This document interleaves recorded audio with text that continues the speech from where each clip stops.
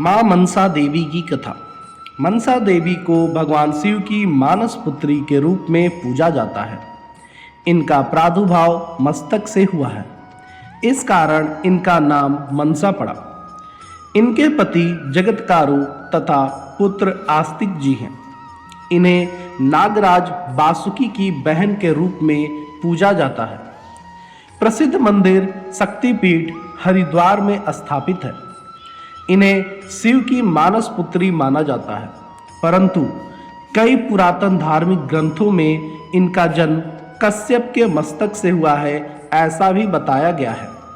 कुछ ग्रंथों में लिखा है कि वासुकी नाग द्वारा बहन की इच्छा करने पर शिव ने उन्हें इसी कन्या का भेंट दिया और वासुकी इस कन्या के तेज को न सह सका और नागलोक में जाकर पोषण के लिए तपस्वी हलाहल को दे दिया। इसी मनसा नामक कन्या की रक्षा के लिए हलाहल ने प्राण त्यागा। माता मनसा देवी मुरादों को पूरा करने वाली देवी हैं।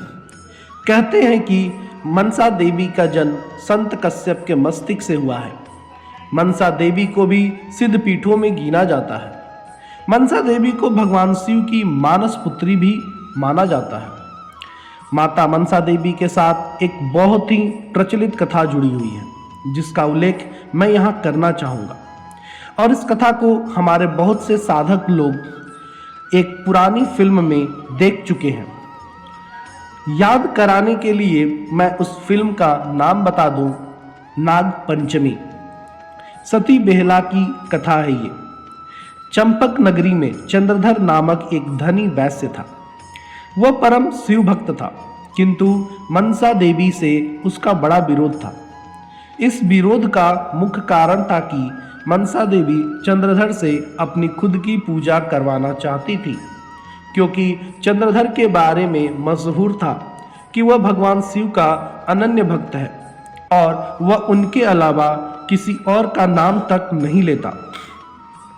इसी विरोध के कारण मनसा देवी ने चंद्रधर के 6 पुत्रों को विषधर दागों से डसवाकर मरवा डाला।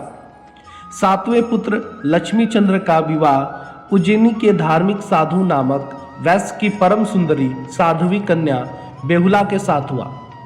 लक्ष्मी चंद्र की कुंडली देखकर ज्योतिषियों ने बता दिया था कि विवाह के प्रथम रात्रि में ही सांप के काटने से इसकी मृत्यु हो सकती है। चंद्रधर ने लोहे का ऐसा मजबूत घर बनवाया जिसमें वायु भी प्रवेश न कर सके, मगर मनसा देवी ने भवन निर्माता से छोटा सा छेद छोड़ देने के लिए कह दिया। विवाह रात्रि को नागिन ने लक्ष्मी चंद्र को डस लिया और वह मर गया। सारे घर में शोर मच गया। तब उसकी पत्नी बेहुला ने केले के पौधे की नाव बनवाई और पति के शव को लेकर उसमें बैठ गई। उसने लाल साड़ी पहन रखी थी और सिंदूर रखा था। नदी की लहरें उस शव को बहुत दूर ले गई। वो अपने पति को पुनः जिंदा करने पर तुली हुई थी। बहुत दिनों तक उसने कुछ नहीं खाया, जिससे उसका शरीर सूख गया था। लक्ष्मी चंद्र के शरीर से दुर्गंध भी आने लगी थी। उसके सारे शरीर में कीड़े पड़ गए थे, मात्र उसका कंकाल ही शेष रह गया था। बेहुला नाव को किनारे की ओर ले गई। उसने वहां एक धोबी के मुंह से तेज टपकते देखा। उसके कठोर तप को देखकर ही मनसा देवी ने उसे वहां भेजा था। उसने बेहुला से कहा, तुम मेरे साथ देवलोक में चलकर अपने नृत्य से महादेव को रिझा दो तो तुम्हारे पति पुनः जिंदा हो जाएंगे। बेहुला ने उसकी सलाह मान ली। वह उसके साथ चल पड़ी। पति की अस्थियां उसके वक्षस्थल से चिपकी थी। वह अपने पति की स्मृति से उन्मत्त होकर नृत्य करने लगी। सारा देव समुदाय द्रवित हो गया। मनसा देवी भी द्रवित हो गई। लक्ष्मी चंद्र जीवित हो गया और उसके साथ ही बेहुला का नाम अमर हो गया। मां मनसा देवी के दर्शन के लिए जो भी भक्त जाना चाहते हैं, वो हरिद्वार उत्तराखंड में मां मनसा देवी का बहुत बड़ा मंदिर बना है। वहां जाकर मां मनसा देवी के दर्शन कर सकते हैं। मां मनसा देवी का मंदिर बड़ा ही पावन माना जाता है। सभी भक्त अपनी मनोकामना को लेकर वहां जाते हैं। किसी भी औरत को शरीर से जुड़ी कोई भी परेशानी हो तो माता वह ठीक कर देती हैं।